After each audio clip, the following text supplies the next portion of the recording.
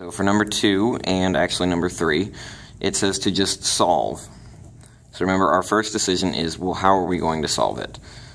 We can solve it by factoring. We can solve it by square roots. Well, we could solve it by completing the square. And we can solve it by the quadratic formula. These two always work.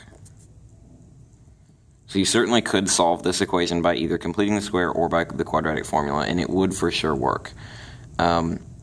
It's not necessarily the quickest way, and sometimes these are hard to do because of the numbers.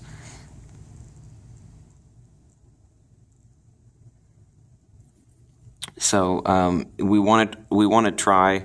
Remember, we're going to do square roots if there's only one x,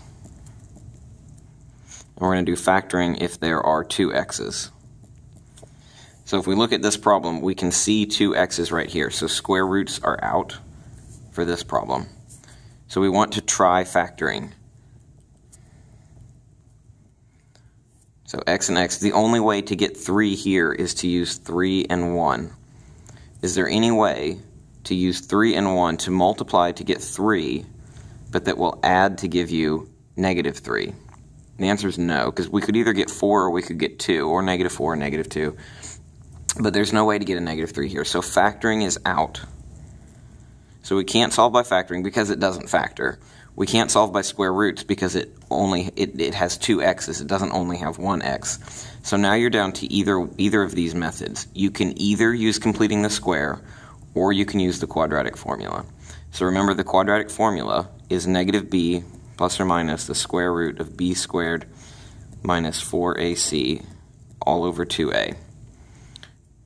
And your a value is right here. It's a 1. Your b value is -3. And your c value is +3. So if you're going to use the quadratic formula, a is 1, b is -3, and c is +3. If you're doing your test corrections, you need to show all of the steps as if you're not using your calculator.